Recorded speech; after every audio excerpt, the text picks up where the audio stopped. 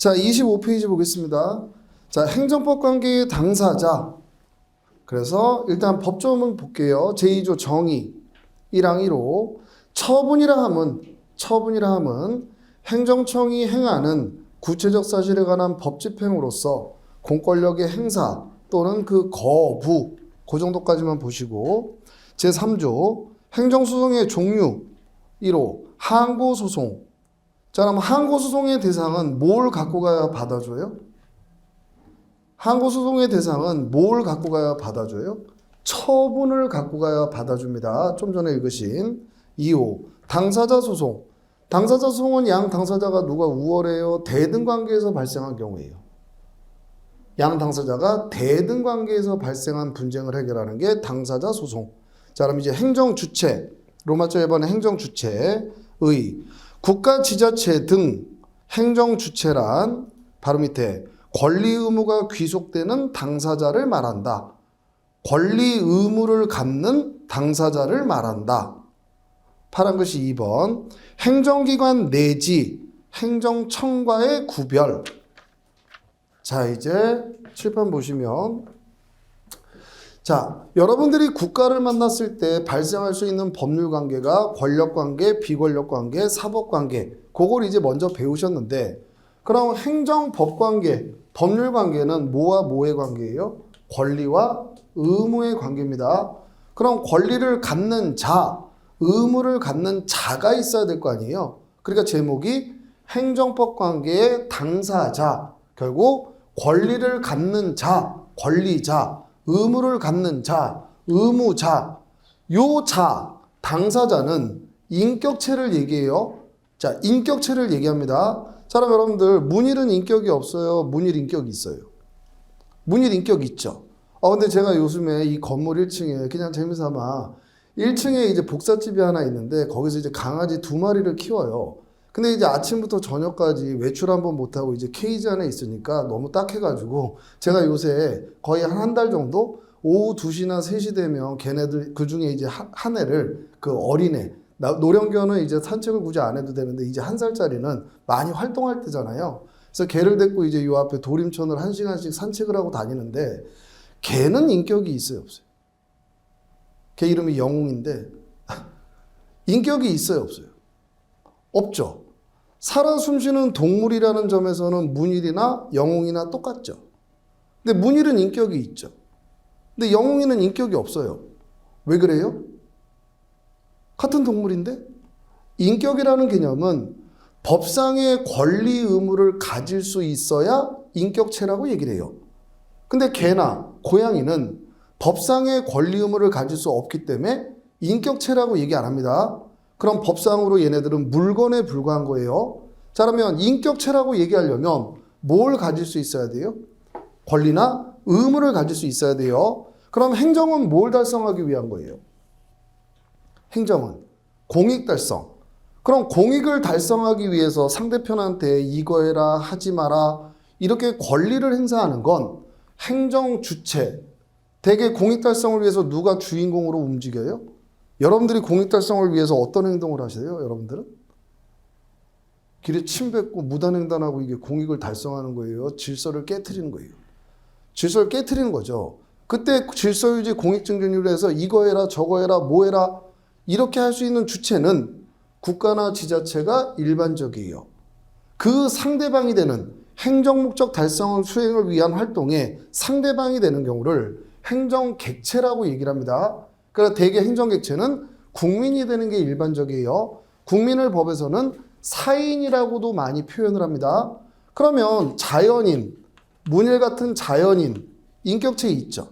인격이 있어요. 삼성전자 같은 회사, 법인들, 당연히 법에 의해서 인격을 만들어주는 겁니다. 상법이란 법에 의해서 이 단체한테 인격을 부여해주는 거예요. 그리고 비법인 사단 같은 거, 대표적인 게 노조. 노조는 여러분들 법인으로 설립할 수도 있지만 법인으로 설립 안 하고 노조원들이 모여 있어요. 대표자를 뽑습니다. 내부 규율이 있어요. 그래서 대표자를 통해서 자신의 행동들을 할 수 있어요. 이런 비법인 사단도 법에서는 인격을 인정해주고 있어요.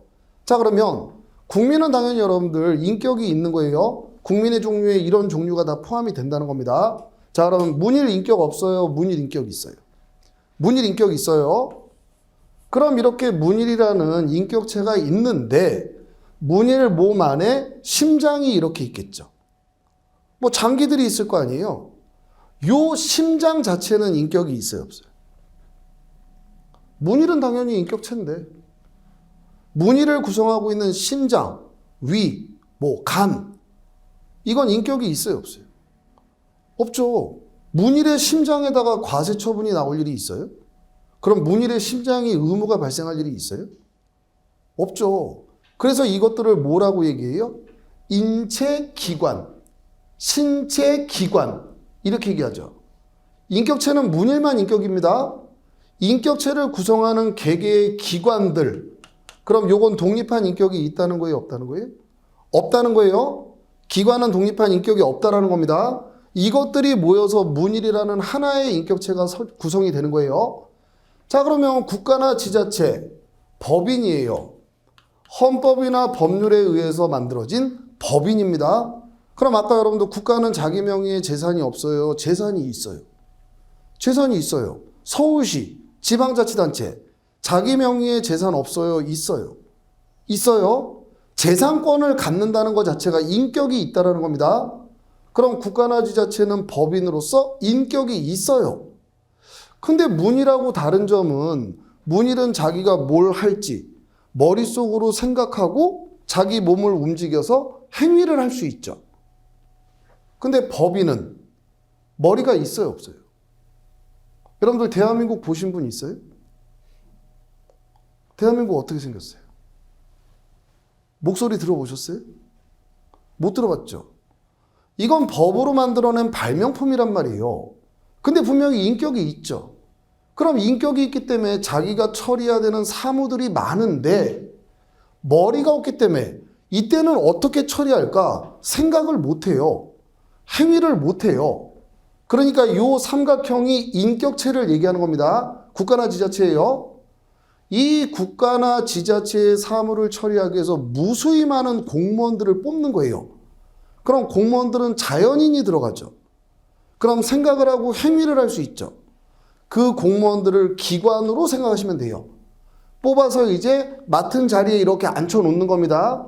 심장 자리에 앉혀놓을 수도 있고 간 자리에 앉혀놓을 수도 있는 거고 그렇게 조직을 만들어요. 근데 국가가 처리해야 되는 사무가 워낙에 많으니까 국토교통부, 고용노동부, 세금에 대해서는 국세청 이렇게 조직을 잘게 쌓는 거예요. 그럼 지금 국세청이라는 조직이 하나 만들어졌어요. 국세청은 행정조직의 명칭입니다. 그 국세청 안에 무수히 많은 공무원들을 뽑았어요. 그래서 기관으로 막 배치를 해놓은 거예요. 그 중에 우두머리 자리를 하나 만들어요. 그게 국세청장이라는 자리예요.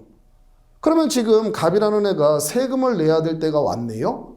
그러니까 국세청장이 야, 너 1억 원 세금 내 이렇게 명령을 해요.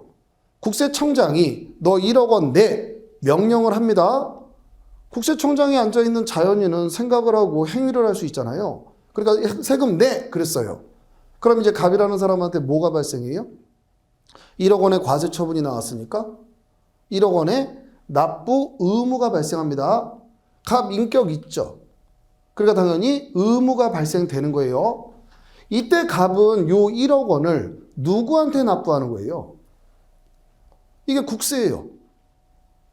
그럼 이때 이 세금 1억 원을 누구한테 납부해야 되는 거예요? 국가한테 내는 거예요? 국세청장한테 내는 거예요? 아닙니다. 그럼 이 처분문서 하단에 계좌번호가 있을 거예요. 그 계좌번호는 누구 거라는 거예요? 국가 거라는 거예요. 그럼 누가 돈을 받아가서 그걸 누려요? 국가가 누리는 거예요. 그럼 이 납세 의무에 대한 상대방으로서의 권리자는 국가입니다. 국가. 국가 인격 없어요? 인격 있어요? 인격 있어요? 그럼 안 내면 빨리 돈 내놔. 권리 행사할 수 있겠죠.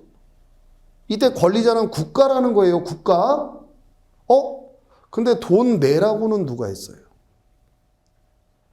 과세 처분은 누가 했어요? 국세청장이 했어요. 얘는 이 돈을 받아갈 권리자예요? 권리자가 아니에요? 권리자가 아니죠. 그럼 얘를 뭐라고 얘기하느냐? 권한자라고 얘기해요. 권리하고 권한은 다릅니다. 그럼 권한은 뭔데? 권리자를 위해서 생각하고 행위를 할 수 있는 지위, 자격, 이걸 권한이라고 얘기해요.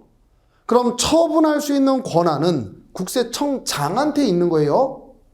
그걸로 인해서 발생하는 의무, 권리는 누가 가져요?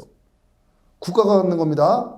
그럼 여기서 여러분들 지금 여기에 누군가는 앉아 있겠죠. 여기에 누군가는 앉아 있을 거 아니에요. 근데 이 앉아 있던 사람이 업무 보다가 교통사고로 사망했어요. 죽었어요. 그럼 이제 대한민국의 국세청장이 죽은 거예요? 그래서 이제 대한민국엔 국세청장이 없는 거예요? 예를 들어 지금 제가 국세청장인데 운전하고 가다가 죽었어요. 교통사고로. 그럼 이제 대한민국엔 국세청장이 없는 거예요? 죽은 거예요? 아니죠. 이 자리 자체에는 아무런 변함이 없는 거예요. 그럼 누군가는 앉아 있겠죠. 걔를 생각하면 안 돼요. 기관을 생각할 때. 국세청장이라는 기관은 변함없이 존재해요. 그 안에 앉아 있는 구성원만 계속 바뀌는 겁니다. 그럼 고용노동부 장관이라는 행정청 장이 있죠. 이 장이 사망했어요. 이제 고용노동부 장관이 죽은 거예요? 아니에요. 기관의 지위에는 아무런 변함이 없는 겁니다. 이때 행정청이라는 개념은 뭐냐? 무수히 많은 기관들 중에 우두머리들. 그래서 자기 이름으로 국민한테 처분을 할 수 있는 권한을 가진 행정기관. 얘네들을 법에서는 행정청이라고 보통 표현을 하는 거예요. 자, 그러면 이제 여러분들은 여기 앉아있는 그 사람을 생각하면 안 돼요. 자, 국세청장. 지금 갑한테 처분했죠. 이 조직의 장이죠. 얘를 행정청 또는 처분을 했기 때문에 처분청이라고 얘기를 하는 겁니다. 자, 그러면 행정주체, 권리와 의무를 가질 수 있는 인격체, 국가나 지자체를 위해서 일정한 업무를 처리해서 국민한테 처분을 할 수 있는 행정청, 같은 개념이에요? 다른 개념이에요?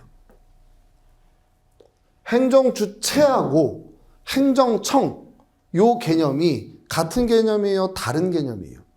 다른 개념이죠. 그럼 이걸 나누는 이유가 있을 거 아니에요? 나누는 이유가 있겠죠. 자, 1억 원의 처분 나왔죠. 처분 나왔어요. 돈은 누가 받아가요? 국가가 받아가요. 자, 갑이 이 처분이 위법하다고 다투려고 그래요. 이 처분 자체가 위법하다. 법관님, 처분 좀 없애주세요. 다투려고 그래요. 무슨 소송 제기해야 돼요? 처분을 가지고 다툰대요. 무슨 소송 제기해야 돼요? 항고소송 제기해야 돼요. 항고소송.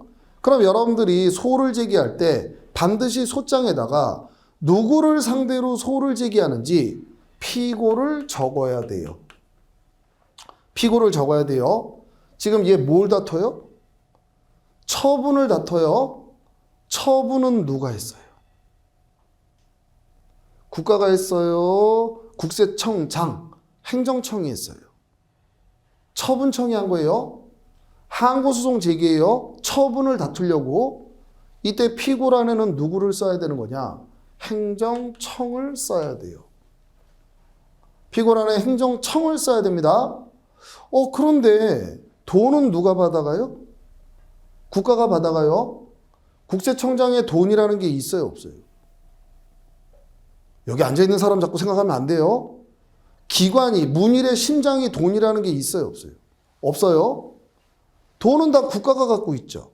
이제 부가세 1억 원을 냈는데 20% 환급받아야 돼요. 무슨 소송 제기해야 돼요? 당사자 소송 제기해야 되죠. 그럼 돈을 갖고 있는 애를 가지고 피고를 제기해야 될 거 아니에요? 돈 달라라는 소송이니까. 이때는 피고란에, 당사자 소송은 피고란에 누구를 써야 될까요? 서로 대등한 인격체 간의 분쟁이에요.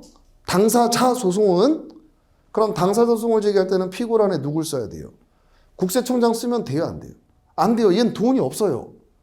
돈을 가지고 있는 국가나 지자체, 얘네들을 피고란에 써야 됩니다. 그래서 행정주체와 행정청은 다른 개념이다. 이걸 여러분들이 아셔야 되는 목적입니다. 자, 그래서 25페이지 맨 밑에 행정기관 내지 행정청과의 구별, 나머지는 편하게 읽어보시면 돼요. 넷째 줄. 행정청이라 함은 행정주체의 의사를 결정하여 외부에 표시할 수 있는 권한을 가진 행정기관을 말한다. 넘기시면 항고소송의 피고적격, 제13조 피고적격이랑 취소소송, 항고소송의 대표적인 소송이죠. 취소소송 항고소송으로 생각하시면 돼요. 항고소송은 특별한 규정이 없는 한 처분을 한 행정청, 줄여서 처분청, 처분을 한 행정청, 피고가 된다. 왜 그래요?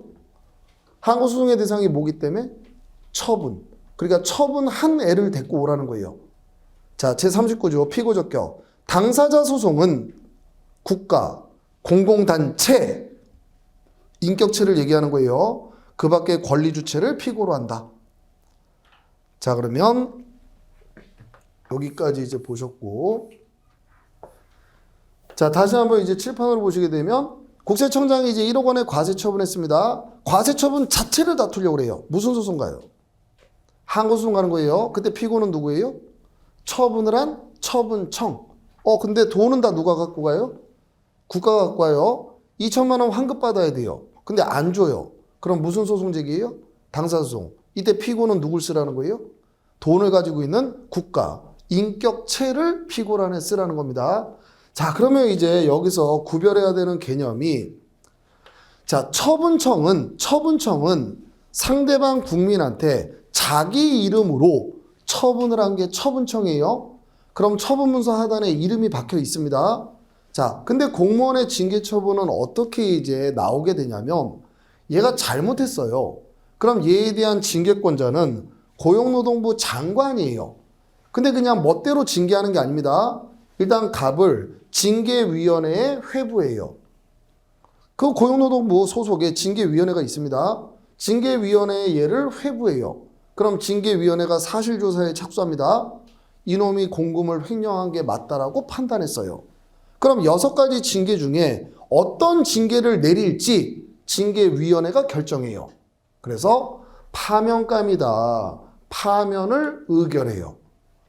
자, 6가지 중에 고르는 건 징계위원회가 고릅니다. 그래서 통보해요. 야, 걔 파면이 의결됐어. 그럼 이제 갑이 그 고용노동부 장관이 통보서를 받은 다음에 얘를 파면시켜요. 너 파면. 그럼 이 파면 처분 문서 밑에 누구 이름이 박혀 있느냐? 고용노동부 장관의 이름이 박혀 있어요. 자, 그럼 이때 여러분들 처분청은 누구예요? 갑한테 파면을 한 처분청이 누구예요? 징계위원회가 했어요? 아니에요. 얘네들은 내용만 결정한 거예요. 보냈죠. 누가 자신의 이름으로 파면 처분한 거예요? 고용노동부 장관이 파면 처분한 겁니다. 자, 이제 항고소송을 제기하려고 그래요. 자, 소송 제기했습니다. 피고란에 누구 써야 돼요? 피고란에 징계위원회를 쓰면 돼요, 안 돼요? 안 돼요. 고르긴 얘네가 골랐죠. 그러나 얘네들은 자기의 이름으로 처분을 한 적이 없습니다. 그럼 피고란에 누구를 써야 돼요? 고용노동부 장관을 피고란에 써야 돼요. 이런 것들이 이제 5급 공채시험에서는 징계 절차를 막 설문으로 주면서 누구를 피고로 써야 되느냐. 징계위원회는 피고 적격이 있어요, 없어요? 없어요. 처분을 한 적이 없기 때문에. 그런 문제를 만났을 때 여기 있는 서술을 한번 쓰시게 되는 겁니다. 자, 그래서 의결기간 보충에 요거 한번 써보세요. 공무원 징계위원회 등 써보셔야 되는 부분들은 제가 이렇게 코멘트를 해드릴 테니까 그 외에는 그냥 편하게 읽으셔서 책장이 넘어가시면 된다고 생각하시면 됩니다. 공무원 징계위원회 등 행정청의 의사결정에 참여하는 행정기관으로서 외부에 표시 권한이 없다는 점에서 행정청과 구별된다. 자, 행정주체의 종류. 행정주체의 종류입니다. 국가, 공공단체, 공공단체 안에 어떤 종류가 있느냐? 지방자치단체, 영조물법인, 국공립대학교 같은 경우 생각하시면 돼요. 영조물법인, 그리고 공법상 조합, 그래서 둘째 줄 재건축조합, 재개발조합. 그럼 여러분들 조합원이 이런 공법상 조합과의 관계는 사법관계라는 거예요? 행정법관계라는 거예요? 지금 얘네들은 행정 주체로 등장을 하죠. 그럼 얘네가 사법관계에서 활동할 때를 전제하는 거예요? 행정법 관계에서 활동하는 걸 전제로 하는 거예요? 행정법 관계에서 활동하는 걸 전제로 하는 거예요. 자, 그래서 재건축조합, 재개발조합도 꼭 기억하시고, 공법상 재단. 근데 요거는 뭐 국가나 지자체가 출연한 재산을 관리하기 위하여 설립된 공공단체다. 대표적인 예가 공무원연금관리공단. 자, 조합은 여러분들 구성원이 사람입니다. 사람들이 구성원이에요. 근데 재단은 구성원이 사람이 아니에요. 그럼 공무원연금관리공단에 돈이 쌓인단 말이에요. 이 돈 자체에다가 인격을 부여해 놓은 거예요. 그럼 이 돈은 어느 목적으로만 쓰여져야 돼요? 공무원 연금의 목적으로만 쓰여져야 돼요. 다른 목적으로 쓰면 안 돼요. 그런 경우가 공법상 재단이라는 경우도 있다. 이런 종류가 있다라는 정도 보시면 되고요. 자, 3번에 공무사 사인. 자, 행정소송법 제2조 2항. 이 법을 적용함에 있어서 행정청에는 법령에 의하여 권한을 위임 또는 위탁받은 끝에 사인이 포함된다. 사인이 포함된다. 자, 그러면 통상적으로 여러분들 문일이 여러분들을 만나는 관계는 무슨 관계예요? 문일하고 여러분들이 만나는 관계는 무슨 관계예요? 사법관계. 그럼 문일이 여러분들한테 처분을 하는 경우가 통상적으로 나와요, 안 나와요? 안 나오죠. 그럼 문일은 사인인데 처분청이 되는 경우는 원칙적으로 등장하지 않습니다. 그런데 문일도 행정청이 되는 경우가 있어요. 그게 공무수탁 사인이라는 개념이에요. 겉모습은 분명히 문일이라는 사인인데 공행정 권한을 위임 내지 위탁받아서 요 사인이 처분을 하는 경우들이 있어요. 대표적인 게 어떤 경우냐? 소득세 법을 보게 되면 갑이라는 국민한테 이런 처분들을 할 수 있는 권한자가 도대체 누구냐? 다 명시해놔요. 국민한테 어떤 처분은 누가 할지를 전부 법에 정해놔야 됩니다. 그게 행정조직 법정주의, 행정권한 법정주의예요. 자, 그럼 현행실정법 어디를 뒤져봐도 대통령은 국민한테 세금을 부과할 권한이 없어요. 어디에도 그런 법은 없어요. 근데 대통령이 뜬금없이 야, 그래도 내가 제일 높잖아. 야, 문일 세금 내. 이럴 수 있어요? 못한다는 거예요, 여러분들. 대한민국의 주권은 누구한테 있어요? 대한민국의 주권은 누구한테 있어요? 윤석열 대통령한테 있어요? 대한민국의 주권은 누구한테 있어요? 국민한테 있죠. 그럼 주권은 그 국가의 주인 되는 권리예요. 그럼 대한민국 내에서 법상으로는 누가 가장 높은 지위에 있는 거예요? 국민이 가장 높은 지위에 있는 거예요? 근데 지금 세무서장이 우월한 지위에서 세금 내라고 처분을 해요. 야, 1억 원 세금 내! 대등관계에서 했어요? 우월한 지에서 했어요? 우월한 지에서 했죠. 얘가 본질적으로 국민보다 우월할 수 있어요? 일개 기관이? 대한민국의 주권은 국민인데 갑 국민이잖아요. 얘 행정기관이잖아요. 얘가 국민보다 본질적으로 우월해요? 말도 안 되죠. 근데 지금 우월한 지에서 하고 있죠. 이 우월한 지가 인정되려면 지멋대로 혼자 우월해질 수 있어요? 헌법이나 법률에서 우월한 지위를 만들어줘야 돼요. 헌법이나 법률에서 우월한 지위를 만들어줘야 돼요. 그럼 국회가 만든 법률은 결국 누가 만든 게 되는 거예요? 국민이. 야, 세금 같은 거는 대등관계에서 내면 좋고 말면 말고 하면 세금 내는 국민이 있어요, 없어요? 없죠. 이런 경우에는 행정기관한테 우월한 지위를 법에서 만들어주자. 그럼 만들어주면 우월한 지에서 명령하면 우리도 따르는 걸로 하자. 이렇게 만들어진 게 행정청의 우월한 지위예요. 그러니까 국민한테 어떤 처분을 누가 할지는 법에서 반드시 정해놔야 돼요. 그래서 법을 봤더니 얘 주소지 관할 세무서장이 소득세를 부과할 수 있게 해놨어요. 그럼 이제 얘 주소지 관할 세무서장이 법에서 처분 권한을 부여받은 겁니다. 이게 우월한 지위가 되는 거예요. 1억 원의 과세 처분을 했어요. 그럼 이제 국민은 의무가 발생했으니까 내야 되잖아요. 근데 얘가 안 내요. 그럼 이제 세무서장은 강제로 뺏어오기 위한 강제징수 절차에 착수합니다. 그때 첫 번째 나오는 처분이 독촉 처분이에요. 몇 월 며칠까지 내라. 안 내면 너 이제 강제로 네 재산 뺏어다가 경매로 날린다. 얘가 계속 안 내요. 그럼 이제 얘가 가지고 있는 토지나 건물, 부동산이 마침 있었네요. 이거에 대해서 압류 처분을 해요. 그럼 이제 이 건물을 딱 잡아 놓는 겁니다. 그리고 이제 그 다음 나가는 처분이 공매 처분이에요. 그럼 강제 경매예요. 입찰 날짜 정해놓고 가장 가격을 높은 사람, 써낸 사람, 그 사람한테 이 건물의 소유권을 낙찰시켜 주는 거예요. 이게 공매 처분입니다. 그럼 얘 소유권이 박탈돼요. 을이라는 사람이 소유권을 취득하게 되는 거예요. 근데 지금 법을 보게 되면 공매 처분까지 전부 세무서장 권한으로 해놨어요. 공매 처분도 세무서장 권한으로 해놨어요. 그럼 공매 처분 누가 해야 돼요? 세무서장이 해야 돼요. 이게 직접 행사하는 겁니다. 이게 일반적이에요. 근데 어떤 일들이 있을 수 있냐면 여기에 계속 누군가 앉아있는 애들은 바뀌죠. 세무서장이라는 지위에는 변함이 없는데 여기 앉아있는 애는 바뀌죠. 지금 앉아있는 애는 경매를 해본 적이 없어요. 그럼 이거에 대해서 지식이 없죠. 그래도 무조건 법에 네가 권한자니까 네가 해라 그러면 최저 입찰가액을 정해야 되죠. 감정평가해야 되죠. 이걸 제대로 못하면 적어도 10억짜리의 부동산인데 1억에 낙찰시키고 끝내버릴 수도 있겠죠. 이건 국민한테 엄청난 침기라는 거예요.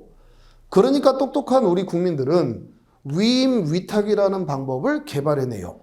그럼 위임 위탁은 뭐냐? 원래 세무서장 권한인데 자기가 잘 모르겠어요. 그럼 억지로 다 직접 하지 말고 이걸 잘 아는 전문가를 찾아보라는 거예요. 그래서 보통은 조직 내에서 찾습니다. 이거 누가 잘 알지? 저 세무서장이 잘하나? 조직 내에서 먼저 찾아요. 근데 조직 내에 누구도 없어요. 그럼 이제 조직 밖에 국민들 중에 전문가를 찾게 되는 거예요. 그래서 문일이 강제 경매의 달인이래요. 그럼 세무서장이 찾아와서 저 문일 씨, 요 공매 처분, 갑 건물에 대한 공매 처분 권한을 당신한테 드리겠습니다. 이게 권한의 위임, 위탁이에요. 통상적으로 위임은 조직 내에 있는 다른 행정청한테 넘기는 게 위임이라고 생각하시면 되고, 위탁은 자신의 감독을 받지 않는 다른 사람한테 부탁한다는 개념이에요. 성질은 똑같습니다. 권한을 위임, 위탁해요. 그럼 얘는 이제 권한이 없어져요. 권한이 없어집니다. 그럼 이제 문일이 감정평가해요. 최저 입찰가액 정해요. 입찰 엽니다. 을이 가장 높은 가격을 써냈어요. 그럼 문일이 을에게 낙찰시킨다. 땅땅땅. 끝내요. 자, 지금 이제 이 공매 처분은 누가 했어요? 세무서장이 했어요? 문일이 했어요? 문일이 한 거예요. 문일이 다 결정해서 얘한테 소유권을 넘기고 박탈시켜버린 겁니다. 이게 위법했어요. 이게 위법했습니다. 위법한 처분으로 갑은 소유권이 박탈됐죠.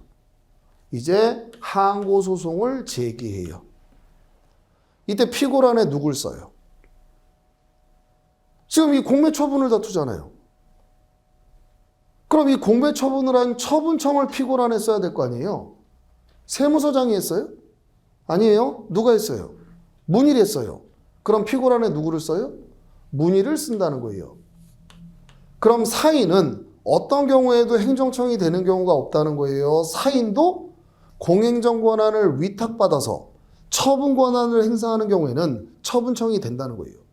처분청이 된다는 거예요. 그럼 이때 피고란에 세무서장을 쓰면 돼요. 성업공사를 쓰라는 거예요. 성업공사를 쓰라는 겁니다. 그래서 실제로 사건은 성업공사인데 성업공사가 지금은 명칭이 바뀌어서 어디를 얘기하냐면 한국자산관리공사를 얘기해요. 여러분들 한국자산관리공사가 뭐 하는 데인지 아세요? 국가 일반재산 많죠? 일반재산 많아요, 여러분들. 그거 어떻게 개발해서 수익을 창출할지 이거 기획하고 하는 게 한국자산관리공사예요. 그럼 여러분들 한국전력공사 있죠? 한전. 공사라는 명칭이 있죠. 공사라는 명칭이 있잖아요. 근데 얘네 주식 안 돌아요. 주식시장에서 주식이 거래돼요. 주식이 거래되죠. 공사란 표현이 있다고 해서 무조건 여러분들 공공의 이익 이것만 하려는 데가 아닙니다. 일반 회사하고 아무런 차이점이 없는 공사들도 많다라는 거예요. 그러니까 이런 성업공사도 법적인 지위는 사인에 불과해요. 회사나 다름없다는 거예요. 그럼 세무서장이 공매처분 권한을 성업공사한테 위탁했어요. 성업공사가 공매처분을 했어요.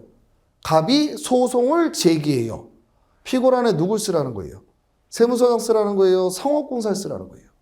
성업공사를 쓰라는 겁니다. 이런 경우를 공무수탁 사인이라고 얘기를 하는 거예요. 자, 그래서 내용 한번 보시면 27페이지.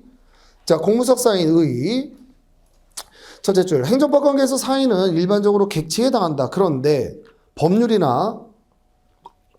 법률에 근거한 수권, 권한을 넘겨주는 행위, 수권 행위를 통하여 사인이 자신의 이름으로 공행정 사무를 처리할 수 있는 권한을 위임받아 행정주체 내지 행정청으로서의 지위를 가지게 되는 경우가 있다.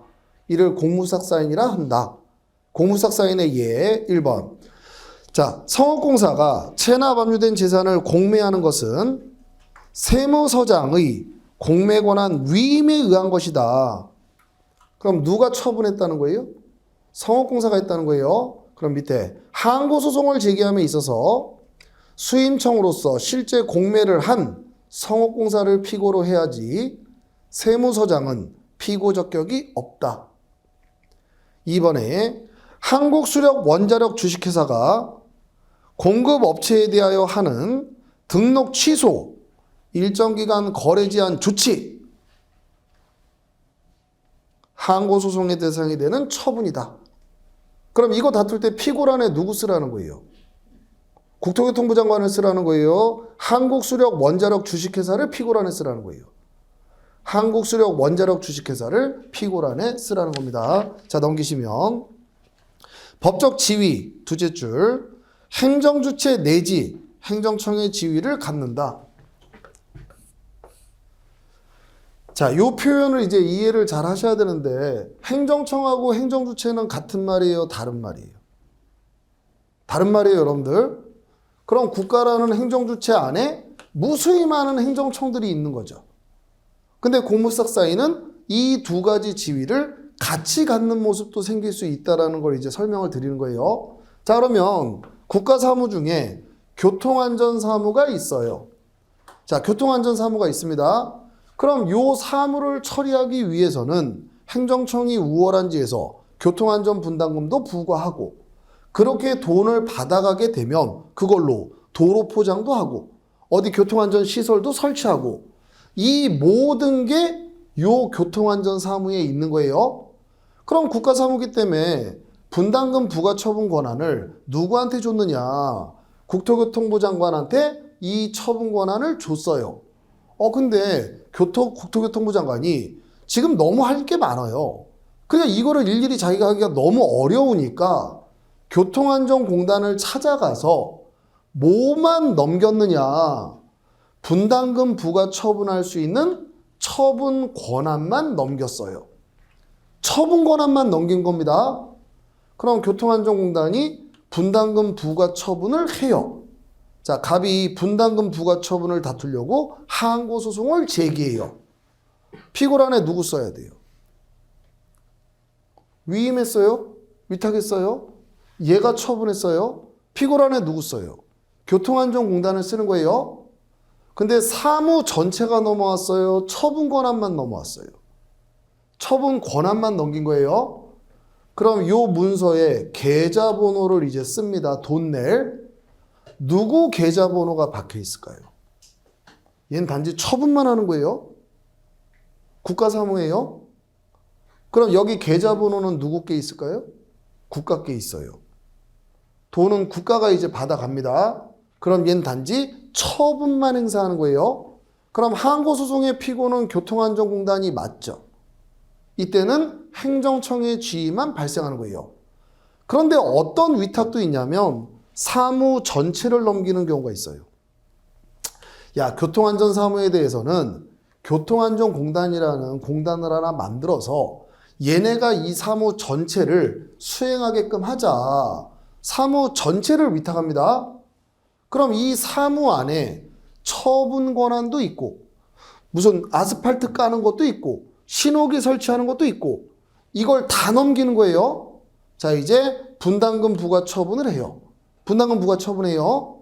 이때 계좌번호는 공단의 계좌가 적혀 있어요. 사무 전체를 넘기면 공단의 계좌가 적혀 있어요. 자, 그러면 처분을 놓고 보게 되면 행정청이죠. 돈도 누가 받아가요? 공단이 받아가요.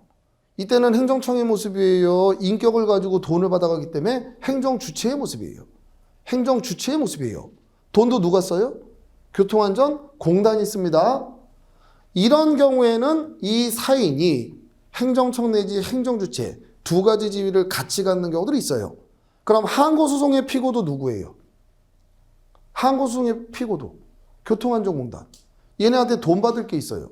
당사소송 제기해야 돼요. 그때 피고도 누구예요? 교통안전공단. 요 구조에 해당하는 게 근로복지공단이 산재보험 사무는 전부 근로복지공단한테 넘겼어요. 그럼 산재보험료 부과 처분 근로복지공단이 해요. 처분을 다투려고 그래요. 피고란에 누구 써요? 근로복지공단.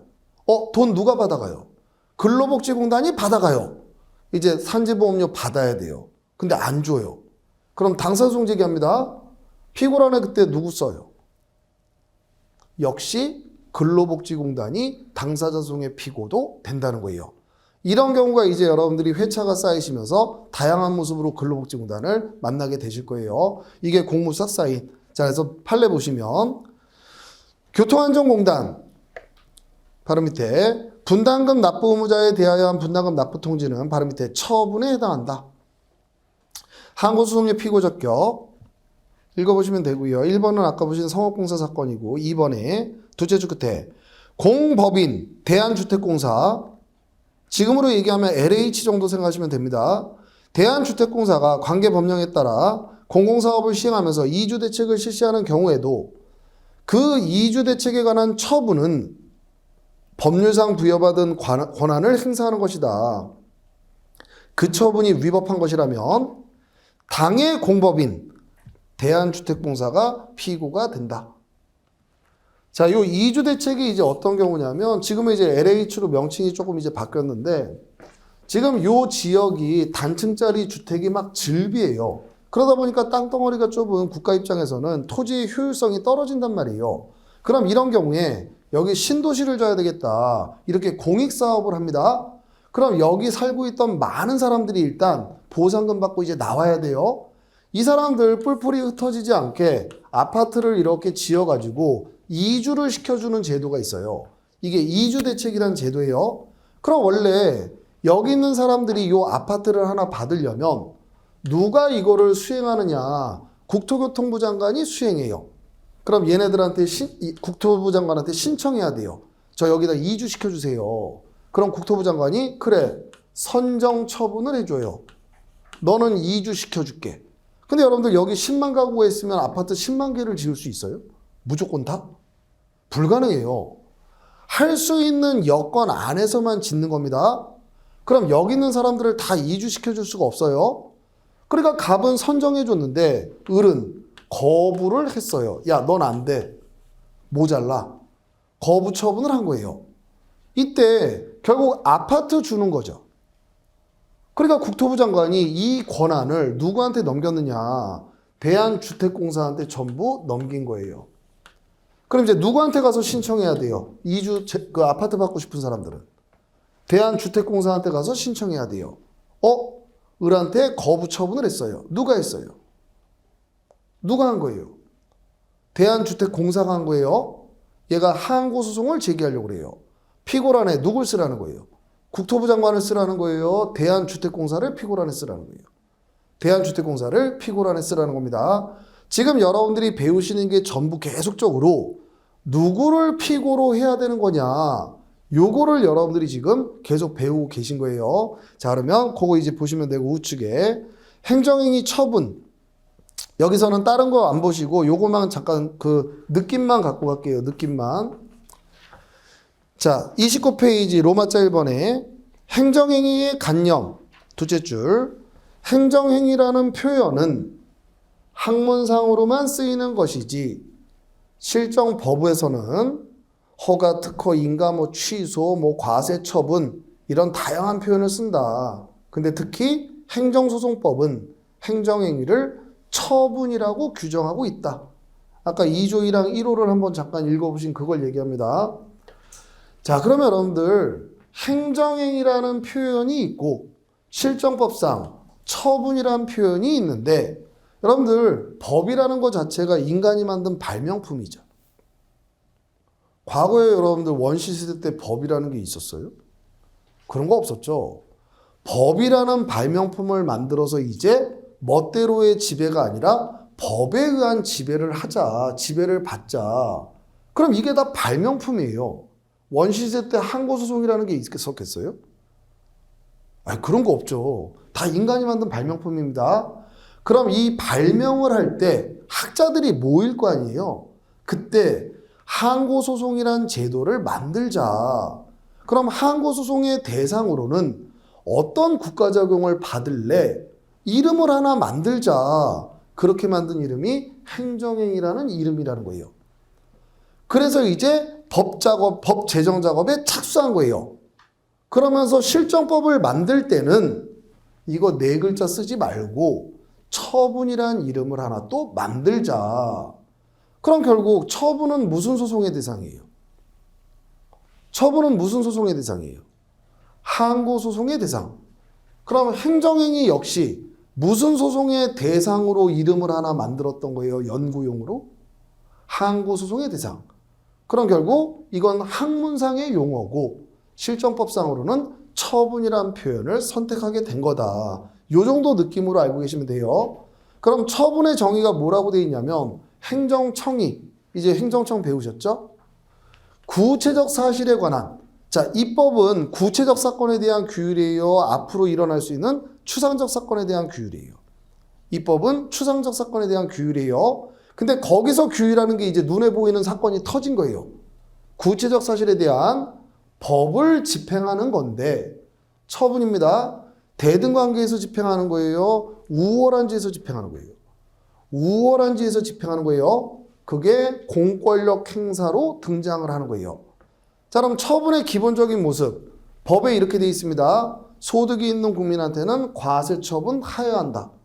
청소년한테 술 팔면 영업정지 하여야 된다.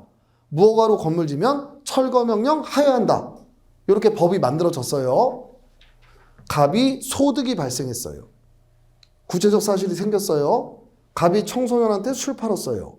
무허가로 건물 졌어요. 구체적 사실이 생겼습니다. 그럼 얘 자동적으로 철거 의무가 발생해요? 얘 자동적으로 영업정지돼요? 아니에요. 적발 안 되고 넘어가면 그냥 끝나는 겁니다. 뭐가 처분이에요? 지금 법에 규정되어 있는 이 문구들이 처분이에요? 법에 있는 이 문구가 처분이에요? 아니죠. 이건 입법 안에 있는 거예요. 그럼 처분은, 야, 너 작년에 소득 많이 발생했네. 1억 원 내. 이걸 집행하는, 이게 처분이에요. 너 왜 청소년한테 술 팔어? 1개월 영업정지. 이게 처분이에요. 너 왜 무허가로 건물 졌어? 철거해. 철거명령. 이게 처분입니다. 이건 처분이 예정되어 있는 입법이에요. 이걸 처분의 근거가 있다. 법의 처분의 근거가 있다. 이렇게 얘기하는 거지. 이거 자체는 갑한테 직접적인 영향을 미쳐요, 안 미쳐요? 입법 자체는 갑한테 직접적인 영향을 미쳐요, 안 미쳐요? 안 미쳐요. 그럼 입법 자체는 일단 처분이에요, 처분이 아니에요? 아니에요. 처분의 근거가 된다고 얘기를 하지 이거 자체는 처분이 아닙니다. 자, 법에 보니까 또 이렇게 돼 있네요. 국민들아, 먹고 살 집 짓고 싶으면 막 짓지 말고 1번 요건 갖춰서 신청해라. 그럼 행정청은 1번 요건 충족되면 건축 허가 처분 내줘라. 이렇게 건축법이 만들어졌습니다. 갑이라는 사람이 1번 요건 갖춰서 신청했어요. 신청했어요. 그럼 얘 바로 건물 지면 돼요? 1번 요건 갖춰서 신청했어요. 그리고 바로 가서 건물 지면 돼요? 안 되죠. 뭐가 나오기를 기다려야 돼요? 건축 허가 처분이 나오기를 기다려야 돼요? 행정청이 안 내주고 있어요. 얘 요건은 갖췄어요. 건물 지을 수 있어요? 못 져요? 못 짓는 거예요? 허가 처분이 나왔어요. 허가 처분 나왔습니다. 그럼 비로소 얘는 적법하게 건축을 할 수 있는 지위가 발생하는 거예요. 근데 이번에는 행정청이 1번 요건 충족되지 않았다라고 판단하고 허가 거부 처분을 했어요. 자, 그럼 여러분들 이 건축 허가가 대등관계에서 계약으로 사가는 거예요? 행정청이 우월한 지에서 내주는 거예요? 행정청이 우월한 지에서 내주는 겁니다. 그럼 이 거부도 대등관계에서 하는 거예요? 우월한 지에서 하는 허가를 우월한 지에서 거부하는 거예요? 우월한 지에서 하는 허가 처분을 우월한 지에서 거부하는 거예요? 이게 위법했어요. 그럼 당연히 갑은 무슨 소송 제기해서 구제받으면 돼요? 항고 소송 제기해서 구제받으면 되는 겁니다. 자, 그런데 행정청이 어떤 경우도 있냐면 응답 자체를 안 해요. 국민이 신청했는데 허가든 거부든 응답 자체를 아예 안 해요. 그걸 부작이라고 그래요. 움직이지 않는다. 부작위, 가만히 있다. 아무것도 안 하는 거예요. 그럼 이 부작위도 대등관계에서 등장하는 거예요? 우월한 지에서 처분을 안 하고 있는 거예요? 우월한 지에서 처분을 안 하고 있는 겁니다. 그럼 이때는 항고소송 중에 부작위법 확인 소송을 제기해서 구제를 받을 수 있게 되는 거예요. 여기서는 처분의 구조 느낌 정도만 보시면 됩니다. 내용은 복습하실 때 안 읽으셔도 돼요. 자, 그러면 이제 오늘 메인 논점으로 이제 31페이지. 자, 피고 적격. 그거 이제 펴놓으시고, 그림으로 보는 행정소송법을 일단 다들 보셨으니까 여기서는 그냥 가볍게, 자, 항고소송에 세 가지 종류가 있습니다. 요 세 가지를 법에서 정해놨기 때문에 법에서 정해놓은 항고소송이라고 얘기를 해요. 그래서 첫 번째는 취소소송, 취소소송. 두 번째는 무효 확인소송. 이 두 개의 형태는 처분이 있을 때 제기하는 거예요. 법관님, 저한테 처분이 나왔는데 이것 좀 제거해 주세요. 취소소송. 법관님, 처분이 나오긴 했는데요. 이거 무효입니다. 효력이 없습니다. 무효임을 확인해 주세요. 자, 부작위법 확인 소송은 신청했어요. 허가 내달라고. 근데 행정청이 허가든 거부든 아무것도 안 해요. 그때 가만히 있는 게 위법하다라는 걸 좀 확인해 주세요. 요 세 가지 형태를 법에서 정해놓은 항고소송이라고 해서 법정항고소송이라고 얘기를 합니다. 자, 그럼 이제 피고적격 볼게요. 거기 제목이 여러분들 피고적격이라고 돼 있죠. 피고적격이라고 돼 있습니다.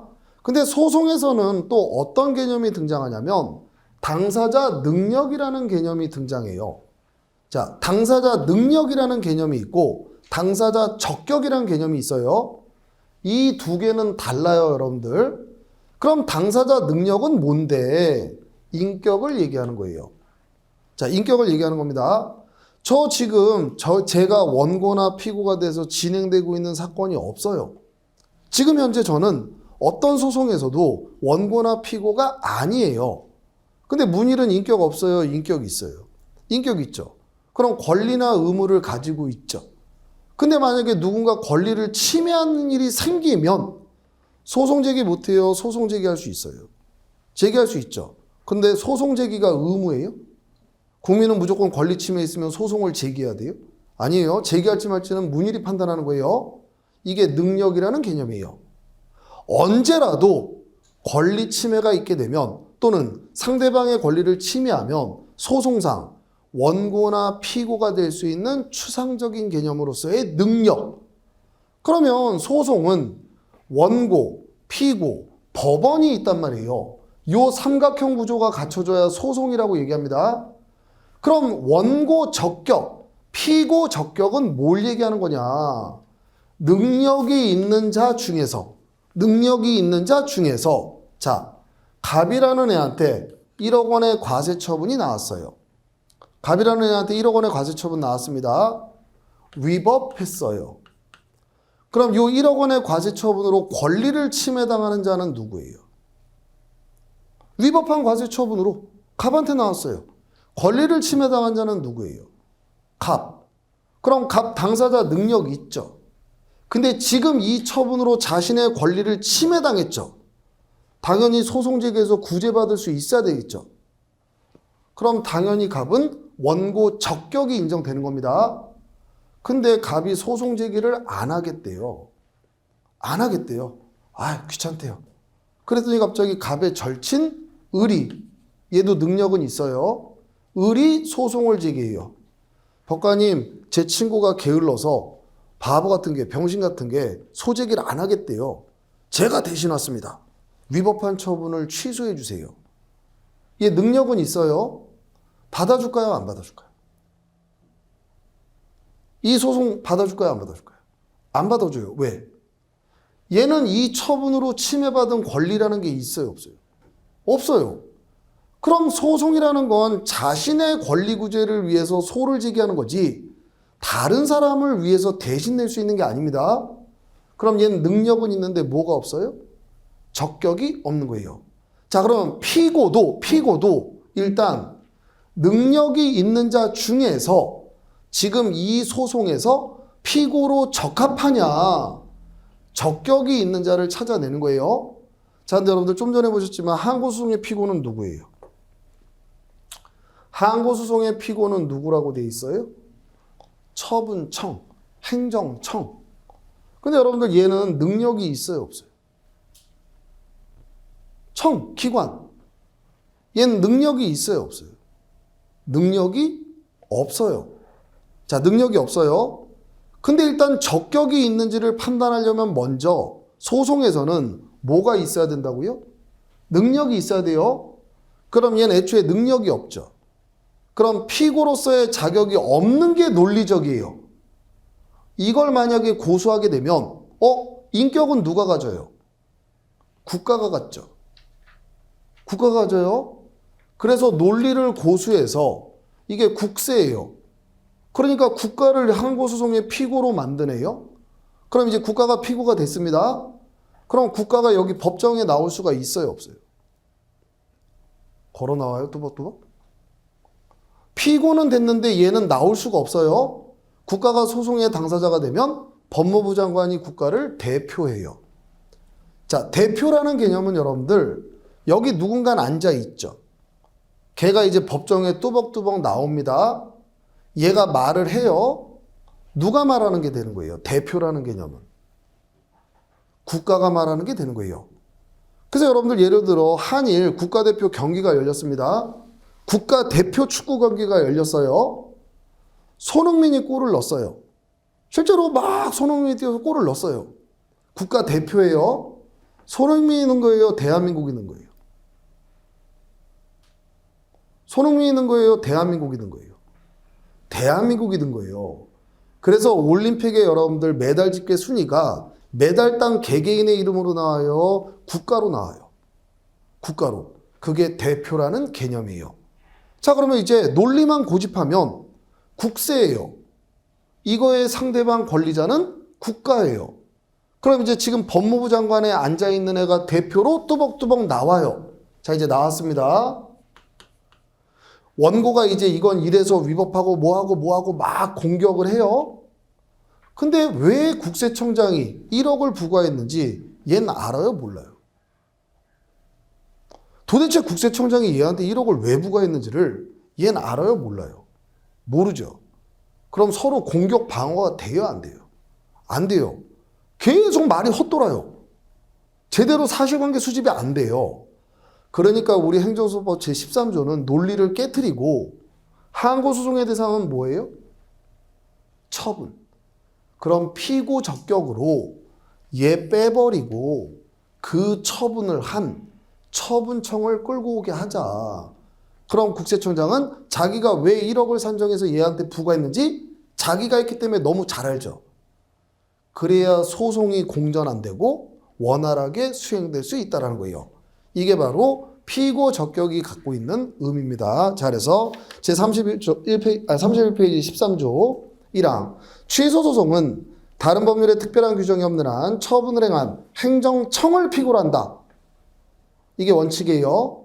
자, 서설 보시게 되면 넷째 줄. 논리적으로는 취소송의 피고는 권리 의무의 귀속 주체, 즉 당사자 능력이 있는 국가 등 행정주체가 되어야 하지만 행정소송법은 국민의 소송 수행상 편의를 위하여 처분을 행한 행정청의 피고 적격을 인정하고 있다.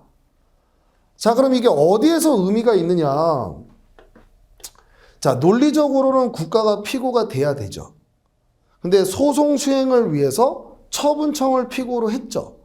이제 얘가 가서 막 싸웠어요. 근데 법원이 봤더니 이거 위법해요. 자, 위법해요. 취소 판결이 확정됐어요. 취소 판결이 확정됐어요. 그 말은 법원은 이 처분을 적법하다고 본 거예요? 위법하다고 본 거예요? 위법하다고 판단한 거예요? 소송의 피고는 누구였어요? 국세청장. 근데 기판력이라는 개념은 법관이 너희들 얘기 다 들어보고 내린 판단이라면 불리해도 굴복해라. 그대로 인정해라. 모순되는 주장하지 마라. 그게 기판력이에요. 그럼 얘는 얘기 다 해봤으니까 자기가 한 처분을 위법이라고 인정 굴복해야 되죠. 요때 쓱 국가가 법관님 저는 그 법정에 들어간 적 없잖아요. 그러니까 저는 그거 적법하다고 할래요. 그럼 될까요? 안 될까요? 안 되겠죠. 그래서 처분청을 피고로 했던 사건의 확정 판결은 얘가 속해 있는 국가한테까지도 기판력이 미치게 돼요.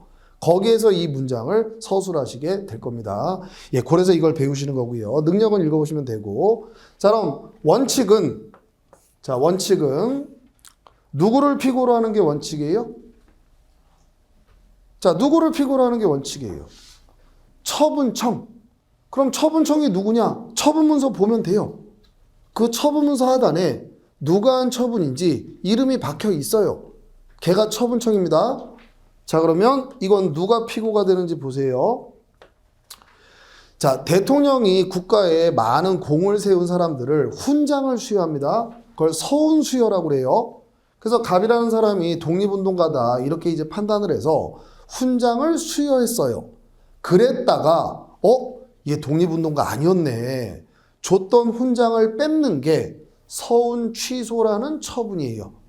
줬던 훈장을 뺏는 게 서훈 취소입니다. 국민한테 훈장을 수여하고 줬던 훈장을 뺏는 권한은 대통령만 갖고 있어요. 그래서 대통령이 갑의 서훈을 취소하는 처분을 했어요. 그럼 이제 처분문서를 만들었어요. 밑에 하단에 대통령이 딱 박혀 있어요. 그럼 이 서훈 취소 처분은 누가 한 처분이에요? 누가 한 처분이에요? 대통령이 한 처분이에요. 대통령이 한 처분. 근데 이 처분문서가 봉투에 담겨올 거 아니에요. 그래서 지금 갑은 현재 사망해 있어요. 그러니까 이걸로 인해서 많은 혜택을 받고 있던 유가족들한테 이 처분문서가 날라오는 겁니다. 근데 봉투 겉면에는 국가보훈처장 이름이 박혀 있어요. 자, 누가 한 처분이에요? 처분문서 하단에는 대통령이 박혀 있어요. 그 문서가 담겨온 노란색 그 서류 봉투, 거기에는 국가보훈처장 이름이 있는 거예요. 누가 한 처분이에요? 대통령이 한 처분이죠. 그럼 이 유가족들 이거 취소해달라 소송 제기할 수 있습니다. 당연히. 그때 피고란에 누굴 썼어야 돼요? 대통령을 썼어야 돼요. 근데 국가보훈처장을 피고로 쓴 거예요. 피고를 제대로 지정한 거예요? 잘못 지정한 거예요? 잘못 지정한 거예요? 근데 여러분들 피고 적격도 소송 요건이란 말이에요. 그럼 소송 요건이 충족 안 되면 본안심리 안 해요. 각하판 걸 내리고 끝내버립니다. 근데 지금 법률적 지식이 부족한 국민들은 누가 피고 적격이 있는지를 고르는 게 굉장히 어려운 경우들이 있어요. 그때 야 무조건 피고 잘못 지정했네. 각하. 그럼 어쨌든 또 날짜는 막 가죠. 취소송 90일이 지나면 절대 안 받아줘요.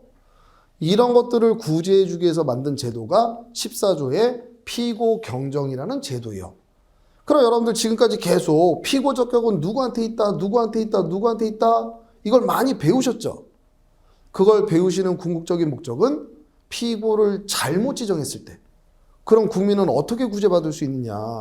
14조의 피고 경정이라는 방법을 쓸 수 있다. 결국 요거까지 이제 오늘 메인 논점으로 이제 배우시는 걸로 진행이 될 겁니다. 자, 그러면 자, 다시 13조 하나 한번 볼게요. 13조 1항. 취소 소송은 다른 법률에 특별한 규정이 없는 한, 다른 법률에 특별한 규정이 없는 한, 다른 법에 특별한 규정이 있으면 그거 따라가야 되고, 없는 한 누가 피고가 된다는 거예요? 처분청. 그 처분을 한 처분청.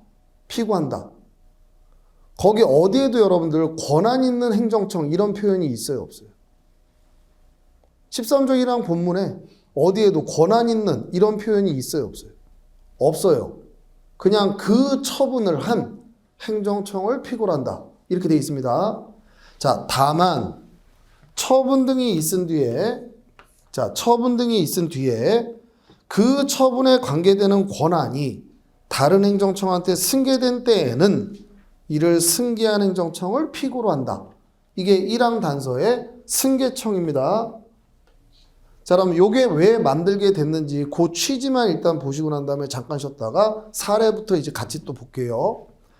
자, 처분청이 원칙인데 처분이 있고 난 다음에 권한이 승계되면 다른 행정청한테 권한이 넘어가면 얘를 피고로 해라.